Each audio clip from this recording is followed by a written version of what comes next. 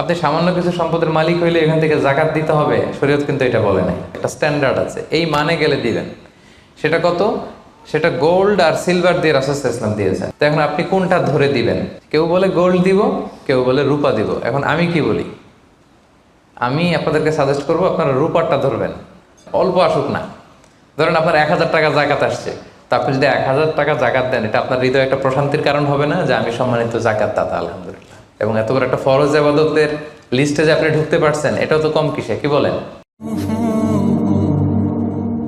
জাকাত ফরজ হওয়ার শর্ত আছে, এই শর্তগুলো আমরা শুনব। 5টা শর্ত।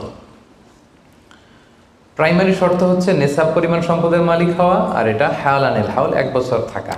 এগুলো হচ্ছে প্রাইমারি শর্ত।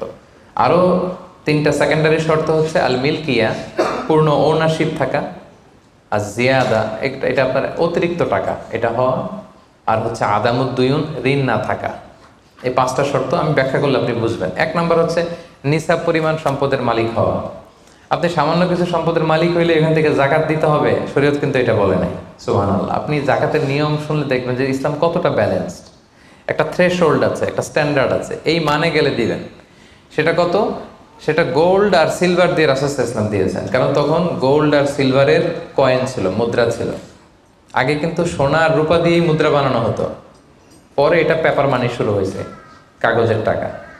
তো একটা হচ্ছে দিনার আর একটা দিরহাম। তো রাসূল সাল্লাল্লাহু আলাইহি ওয়াসাল্লাম যে থ্রেশহোল্ড বেঁধে দিয়েছেন সেটা হচ্ছে 7.5 তোলা স্বর্ণ বা 52.5 তোলা রূপা।